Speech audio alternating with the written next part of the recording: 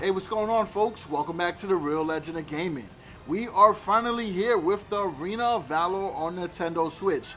And folks, I'm super excited to get access to the closed beta because you guys already know I love Arena of Valor, cover it on the channel, I stream it all the time, so you guys know I'm going to give you an in-depth review of this game and I'm going to be real honest with my first impressions. So let's get into this, folks. Let's check it out.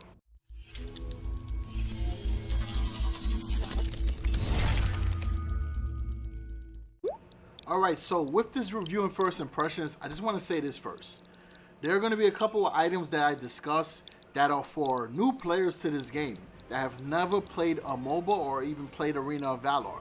So some things might seem redundant to some of my seasoned experienced subscribers, but folks, trust me, you still want to watch the video because I will be showing you gameplay of a casual standard match so you guys can see how the mechanics are. I'll explain how the controls work, and you'll be able to see exactly how smooth it is, but at the same time is a different experience, right? And I say that in a very good way. So let's get into what's going on right now. So immediately when you kick off the game, you go into what is called a tutorial. In the tutorial, you will start with your first hero, Valheim. Valheim is a marksman, and honestly is one of the most popular characters when first starting the game because he's very easy to learn how to use. So for those new players, using Valheim in the beginning is totally okay. It's not a big problem. But as you go later in your ranks, when you're playing ranked matches, you want to try different marksmen, right? Because they have different abilities, and some are better than others, right? Frank to say it, but it is what it is. So the tutorial easily explains to you how to do the upgrades on the Nintendo Switch. Now, a couple things that are available in the Nintendo Switch version, which has recently been added to the Arena of Valor mobile, is the ability to have auto purchase on and auto upgrade. Now, what do they mean, right? Auto purchase will allow you to buy your equipment items without you having to go into your purchase tree. It'll do it for you automatically, or you won't have to stop during the match to select which item you want to buy with the gold that you accumulate from killing these little monsters here called minions, or from getting kills on your opponents. Now, that's one aspect, right? Then you have the auto upgrades, which if you look in the middle of the screen are your 3 abilities. You can have the game select which ability to upgrade when you level up. Your character can go through a level up progression of level 1 all the way up to max level of 15 during the match. So for those of you that are new to MOBAs, the only level up system is within the match itself. So when you do level up your hero, you have an option of upgrading a different ability. So that's what the auto upgrade would do for you. Now obviously, if you are a seasoned player, auto upgrade might not be a good idea, especially depending on the pace of the match. You might want to focus on one ability more than the other. And also, you end up building up your own routine where you might want to focus more on, let's say, your attack ability versus your stun ability, or you want to quickly be able to rush through and upgrade your ultimate ability, which is the third item. Now, if you look underneath each ability, there is a button associated with it. Now, for those of you familiar with the Nintendo Switch controller, your left bumper will be your first ability, your right bumper will be your second, and then if you want to do your ultimate, it's going to be your Z left bumper, which will allow you to do your ultimate, which you saw me do right there. Now, when using your abilities, you have 2 options, right? You can do auto aim, which you can select in the settings, which will allow your character to aim at the closest target with the ability.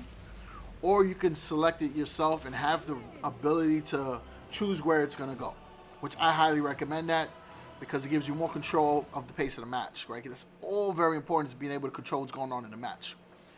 So that's why you see that when I did the ultimate, there was a triangle facing out towards the opponent. That's kind of the radius of the move that you want to do. You'll notice that some are bigger, while some have a smaller radius because most likely they're like a trajected,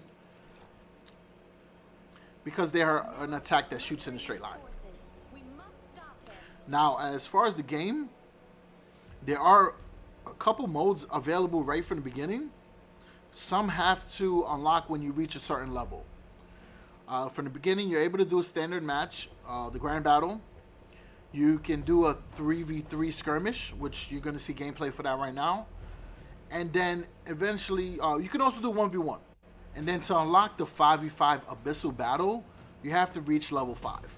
Abyssal Battle is a great way for you to determine what hero you want to choose in the game.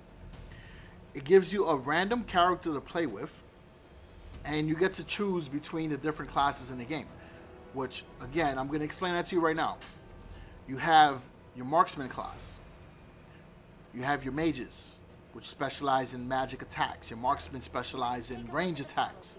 You have your tanks that are obviously built to protect your team and lead towards, organized attacks, or to take a load of the damage for your team while everybody is attacking from a distance from a safe spot behind the tank. Then you also have your assassin warriors, which are very good at doing a lot of damage, really good at jungling, which is a strategy in the game that requires you to kill the monsters that are spawning on the side of the maps, which will create an advantage for your team as far as leveling up and getting gold. Now, we'll explain strategy in another video. I don't want to throw too much in this one video because, again, it's a review and first impressions. I'm going to follow up. I'm going to make a whole series for the Arena of Valor on Switch, and I also have a ton of videos for Arena of Valor if you check out the playlist. But enough with the self-promo, right? Now, as far as the in-game battle, in order to upgrade your ability, you'll hold down the X button, and then it will bring up all your abilities on the screen, and you get to choose which one you want to upgrade by either selecting left, right, or ZL. Then with the purchases, if you tap your left directional pad button, it will bring up your purchase tree, and then you can select which item you want to start working on. We call that pre-purchase.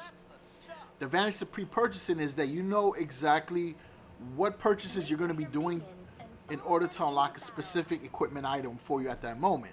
During the match, it might make more sense to get away from your normal strategy and start focusing on building up your armor, or raising up your magic defense, or raising up your attack speed, or raising up your attack damage. There's a lot of different statistics in this game that make it very fun when playing with a character.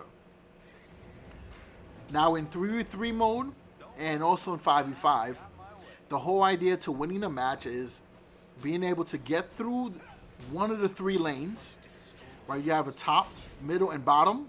You'll hear those terms a lot when you're playing.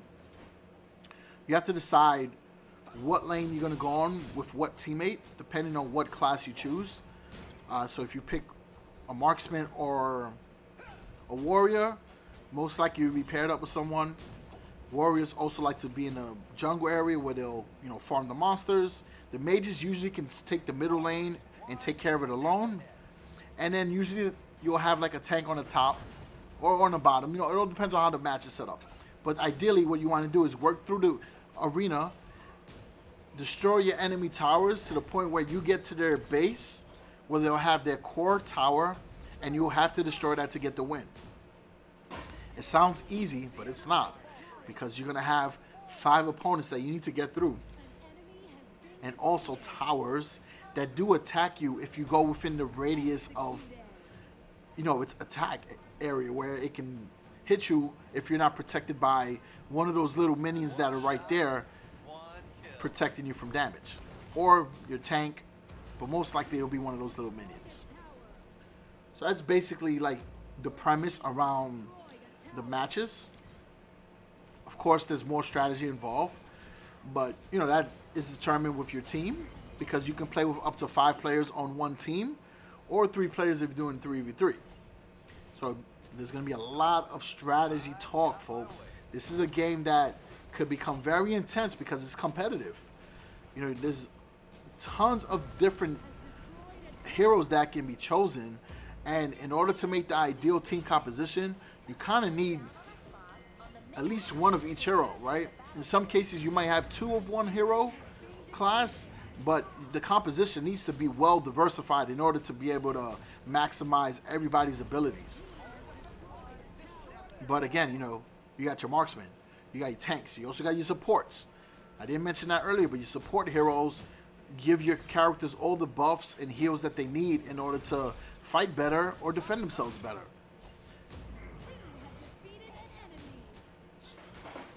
As you see right there, that Lu Bu was tanking for the Valheim.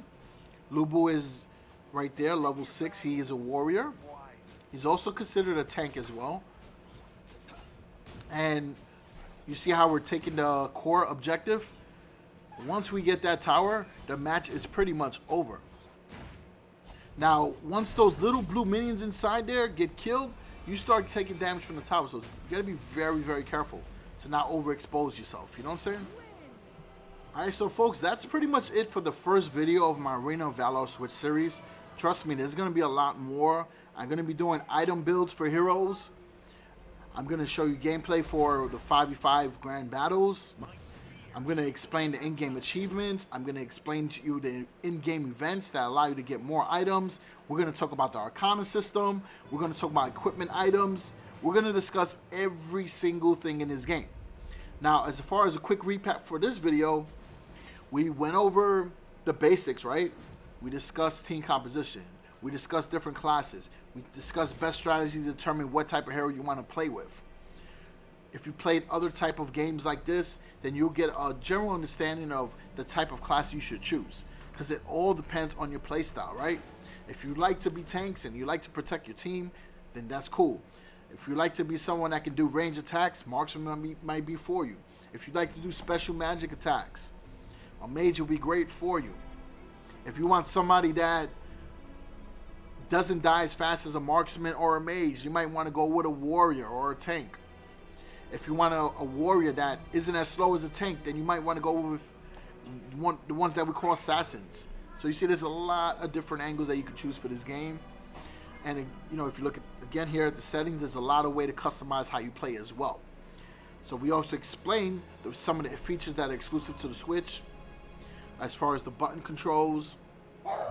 And then we also explain some settings that are ideal for playing the game in order to get the best experience. So folks, I hope you enjoy this content. If you're first time checking out the Real Legend of Gaming, then I definitely recommend you subscribe to the channel, because we are covering Arena of Valor on here, as we always have, and we're going to be doing it even more now because of the Nintendo Switch version. Alright folks, so appreciate the support. Peace out.